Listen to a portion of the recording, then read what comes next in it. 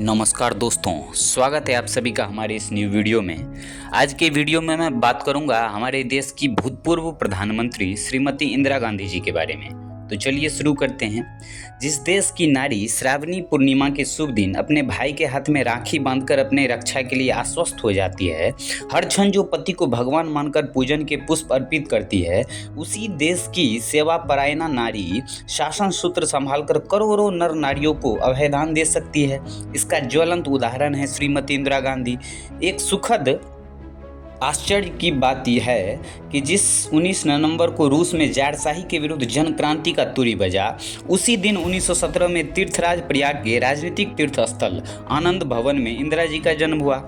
इंदिरा जी को बड़े बाप के इकलौते बेटी के लाडली होने का सौभाग्य प्राप्त हुआ। जन्म की घड़ी से ही ये राजनीतिक बाजार में पली। इनका राष्ट्र प्रेमी व्यक्तित्व निर्मित हुआ। जब ये 3 साल की थी तब ऊंची मेज पर खड़ी होकर नौकरों के बीच जोर जोर से भाषण देती थी। इंदिरा जी का सक्रिय राजनीतिक जीवन 12 वर्ष की अवस्था से आरंभ हो जाता है। 1930 से 1931 में जब महात्मा गांधी ने सविनय अवज्ञा आंदोलन का बिगुल फूका था, तो इंदिरा जी ने अपनी उम्र के बच्चों का एक दल बनाया। इसका नाम था वानर सेना। वानर सेना राजनीतिक कार्यकर्ताओं के संदेश एक दूसरे के पास पहुंचाती थी। इंदिरा जी के मोहक एवं कर्मठ व्यक्तित्व के कारण इसकी संख्या 10 गुनी हो गई। इंदिरा जी की पढ़ाई का श्री गणेश पुणे के गुजराती विद्यालय में हुआ। फिर ये शांति निकेतन में गुरुदेव रविंद्रनाथ ठाकुर के संपर्क में आई। उसके बाद ये अध्ययन के लिए स्विट्जरलैंड गई, किंतु क्रमबद्ध रूप से इनकी विश्वविद्यालय शिक्षा नहीं हुई। ये पंडित जवाहरलाल नेहरू, महात्मा गांधी, सरदार वल्लभ भाई पटेल, श्रीमती सरोजनी नायडू इत्यादि के प्रत्यक्ष संपर्क में महाविद्यालय में ही शिक्षा दीक्षा लेती रही। जिस परिवार की धुरी पर संपूर्ण भारतीय राजनीति ही चक्कर काटती रही, उस परिवार में जन्म लेने के कारण विरासत में ही क्रियात्मक ज्ञान की इन्हें अलभ्य निधि मिल गई। इंदिरा जी इतने समृद्ध परिवार में उत्पन्न हुई थी कि ये अपना समय रंगरेलियों में अच्छी तरह से बिता सकती थी, किंतु जब भारत माता विदेशियों के अत्याचार के कारण करा रही थी, तो उसकी बेटी मौज मजे में दिन क्यों काटे। दुर्गाबाई और लक्ष्मीबाई की परंपरा की कड़ी क्या टूट सकती थी? नहीं, कदापि नहीं।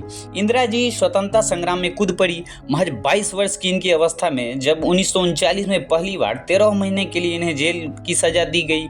26 मार्च 1942 के दिन इनका विवाह फिरोज गांधी के साथ हुआ, किंतु कुछ ही महीने बाद अगस्त में अंग्रेजों भारत छोड़ो का आंदोलन चला। अभी ये विवाह की गुड़िया बहू ही थी कि फिर कारागृह की काल कोठरी में बंद कर दी गई।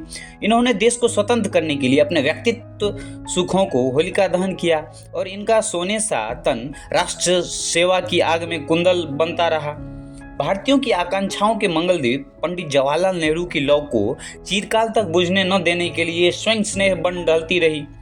पंडित जी ने बहुत निश्चिंत होकर राष्ट्रहित के लिए जो किया, उसकी आधार भूमि थी श्रीमती इंदिरा गांधी जी।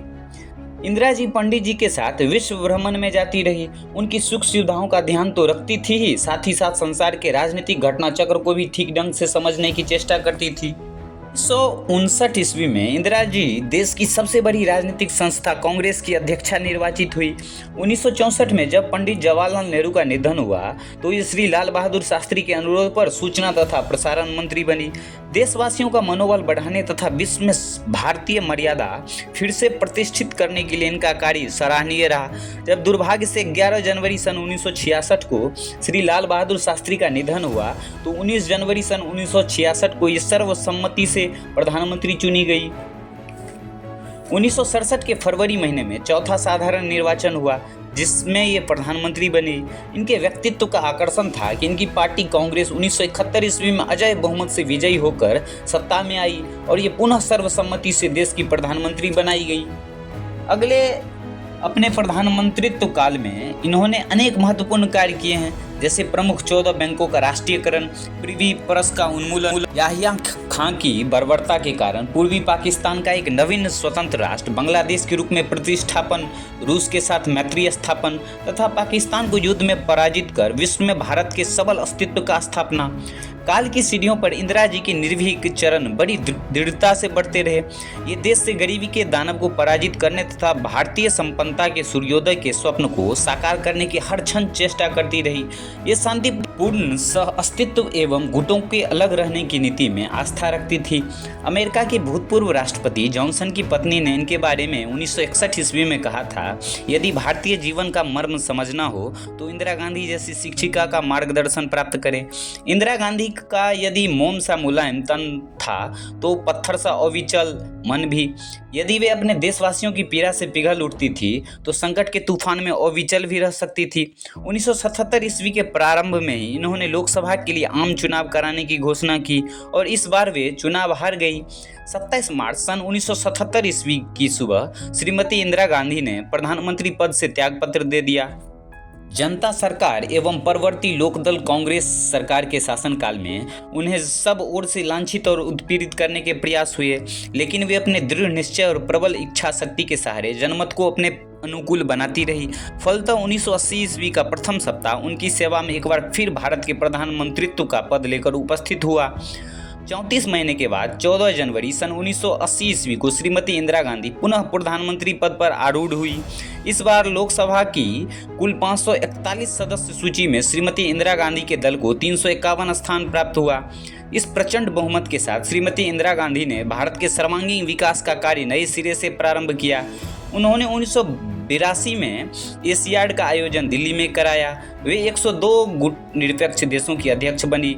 31 अक्टूबर सन 1984 ईस्वी के प्रातःकाल का 9:30 मानवता के इतिहास का एक सबसे काला पृष्ठ साबित हुआ।